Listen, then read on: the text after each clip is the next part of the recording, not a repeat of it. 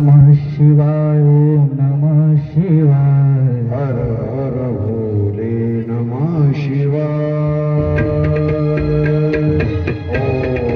नमः शिवाय ओम नमः शिवाय नमः शिवाय ओम नमः शिवाय हर हर भोले नमः शिवाय नमः शिवाय ओम नमः शिवाय हर हर भोले नमः शिवाय गंगाधरा शिव गंगाधरा हर हर भोले नमः शिवाय गंगाधरा श्री गंगाधरा हर हर भोले नमः शिवाय शिवाय नमः शिवाय हर हर भोले नमः शिवाय नमः शिवाय नमः शिवाय हर हर भोले नमः शिवाय। बोलो काशी विश्वनाथ भगवान। आपल्या कथेकडे आपण वळू। त्यानंतर शिव महापुराणामध्ये अत्रीश्वर महात्म्य येते। अत्रीश्वर भगवंताची कथा येत आहे। अत्री मुनींनी समाधी विसर्जन केल्यानंतर अनुसयाला पाणी मागितले। अत्रीश्वराने आपले समाधीतून बाहेर आल्यानंतर अनुसयाला पाणी मागितले। ती कमंडलू घेऊन आश्रमाच्या बाहेर पडली। ती कमंडलू घेऊन आश्रमाच्या बाहेर पडली आणि त्या अनुसयाचे इतके पतिव्रता व्रत वाढले होते की तिच्या मागे मागे गंगा सुद्धा, गंगा नदी जिथे जिथे अनुसया जात होती तिथे तिथे गंगा तिच्या मागे मागे येत होती।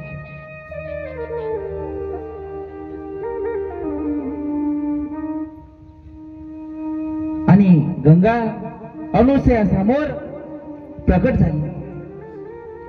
अनुसयाला म्हणते, अनुसया तुला काय वरदान पाहिजे ते सांग। ती अनुसया त्या गंगा नदीला, गंगेला सांगते की हा जो वन आहे, हा जो क्षेत्र आहे, संपूर्ण ठिकाणी कोरडं पडलेला आहे। सर्व जीव, सर्व सजीव त्या ठिकाणी मृत झालेले आहे।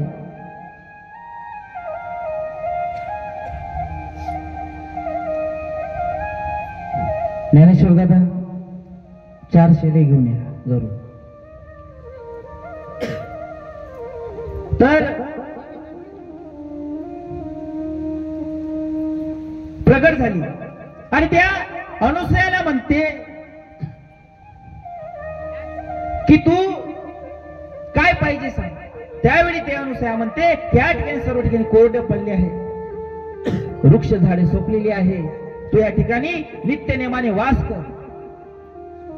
गंगामध्ये तू खड्डा त्या ठिकाणी कर आणि त्या खड्ड्यामध्ये मी निरंतर अखंड राहील। अनुसया त्या ठिकाणी खड्डा खुंटते आणि त्या ठिकाणी गंगा विराजमान होते आणि त्या खंड्यातलं पाणी घेऊन कमंडलमध्ये पाणी घेऊन गंगा अनुसया अत्रीश्वर भगवंतापाशी जाते आणि अत्रीश्वर भगवंताला सर्व वृत्तांत सांगते। त्या ठिकाणी दोघही अत्रीश्वर भगवान आणि अनुसया माता दोघही येतात आणि त्या गंगाची प्रार्थना करतात, त्यांना विनवतात आणि त्या ठिकाणी भगवान भोले बाबाही त्या ठिकाणी प्रगट होतात आणि त्या ठिकाणी एक ज्योतिर्मय असं एक ज्योतिर्लिंग स्थापन करतात अनुसया आणि अत्रीश्वर। आणि भगवान भोले बाबा त्या ज्योतिर्लिंगामध्ये विराजमान होतात आणि तेव्हापासून त्या ठिकाणी कोणत्याही गोष्टीची कमतरता भासत नाही। बोले महादेव भगवान की जय। त्यानंतर नंदीकेश्वराचा महिमा आणि ब्राह्मणीला शिवलोकाचा जो महिमा आहे त्यांचे गुणगान, त्यांचे वर्णन करण्यात आले। त्यानंतर गोकर्ण महाबळेश्वराचा महिमा, ज्योतिर्लिंगाचा महिमा वर्णन करण्यात आले आहे। त्यानंतर मित्रसह राजाचा उद्धार करण्यात आला जे उत्तर दिशा आहे, उत्तर दिशेकडे जितके काही ज्योतिर्लिंग आहे त्या संपूर्ण ज्योतिर्लिंगाचा त्या ठिकाणी उल्लेख, त्याचे महात्म्य सांगण्यात आले आहे. एक दिवस चंद्राने भगवान शंकराची प्रार्थना केली आणि चंद्राच्या प्रार्थनेवरून त्या ठिकाणी भगवान शंकर प्रसन्न झाले आणि सोमनाथ भगवंताची त्या ठिकाणी उत्पत्ती झाली. बोले सोमनाथ भगवान की जय.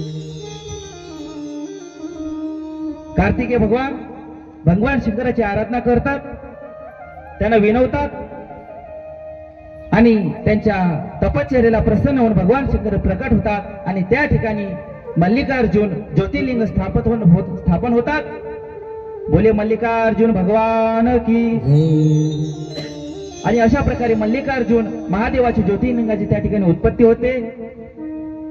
उज्जैनला एक राजा होता. तो राजा भगवान महादेवाची नित्यनेमाने आराधना करत होता, पूजा अर्चना करत होता.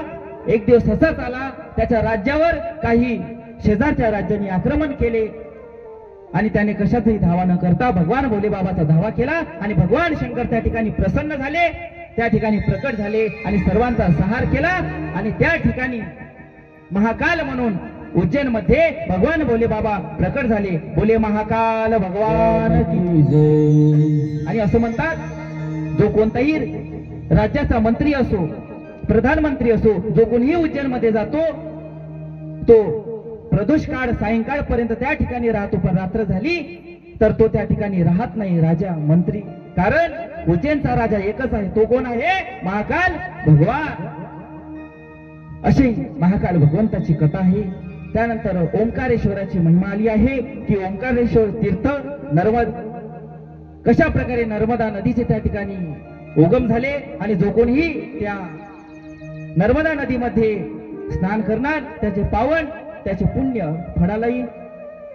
आणि जो कोणीही त्या नर्मदा नदीमधला एक कंकर, एक गोटा सुद्धा आणला तर त्याचा शंकर बनतो आणि त्या कंकराची, त्या शंकराची पूजा केल्याने पुण्य पावन फळ आपल्याला प्राप्त होते. त्यानंतर केदारेश्वराची महिमा आली आहे.